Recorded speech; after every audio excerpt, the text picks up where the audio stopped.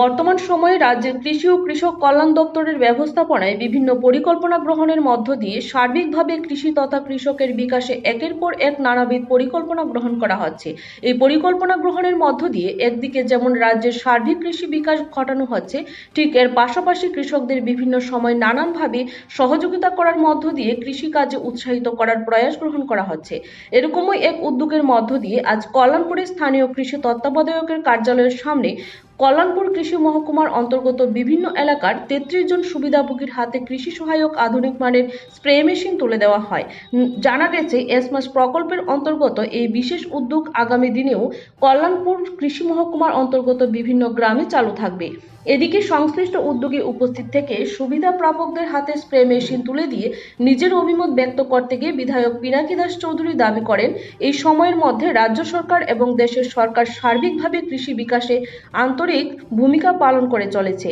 যেভাবে বর্তমান সময়ে ত্রিপুরা রাজ্যের প্রায় প্রতিটা প্রান্তরে কৃষকদের উন্নয়নের সরকার একের পর এক সিদ্ধান্ত গ্রহণ করে চলেছেন, তার জন্য কল্যাণপুরের বিধায়ক পিনাকি দাস চৌধুরী রাজ্যের মুখ্যমন্ত্রী সহ কৃষিমন্ত্রী রতনলাল নাথকে অভিনন্দন জ্ঞাপন করেন। আজকের স্প্রে মেশিন প্রদানকে ঘিরে আয়োজিত সংক্ষিপ্ত কর্মসূচিতে বিধায়ক পিনাকি দাস চৌধুরী ছাড়াও কল্যাণপুর আরডি ব্লকের ভাইস চেয়ারম্যান রাজীব পাল, ভারপ্রাপ্ত কৃষির তত্ত্বাবধায়ক রূপক রায় প্রমুখ উপস্থিত ছিলেন।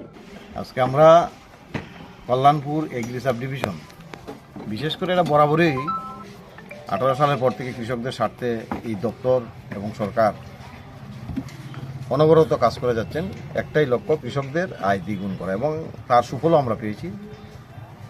তারই অঙ্গ হিসেবে আজকে কল্যাণপুর এগ্রি সাব ডিভিশন আগামী 2-4 দিনের মধ্যে প্রায় 150 আমরা কৃষক পরিবারকে সেখানটায় মাম মানে উন্নত 2-in-1 স্প্রে মেশিন, বিশেষ করে সবজি করার জন্য কৃষকদের হাতে তুলে দেওয়া হচ্ছে।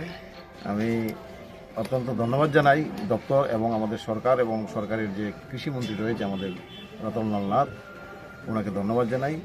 এই ধরনের উন্নত চিন্তাধারা এবং কৃষকের মধ্যে নেওয়া এবং আগামী দিন সেই ফসল দ্বিগুণ হওয়া, আয়ও দ্বিগুণ হওয়া, সেই লক্ষ্যে কিন্তু কাজ করছি। এবং একটা কি বলবো, এটা অনেকটাই আমরা এগিয়ে গেছি এবং তার গতি আস্তে আস্তে আরও বৃদ্ধি পাবে।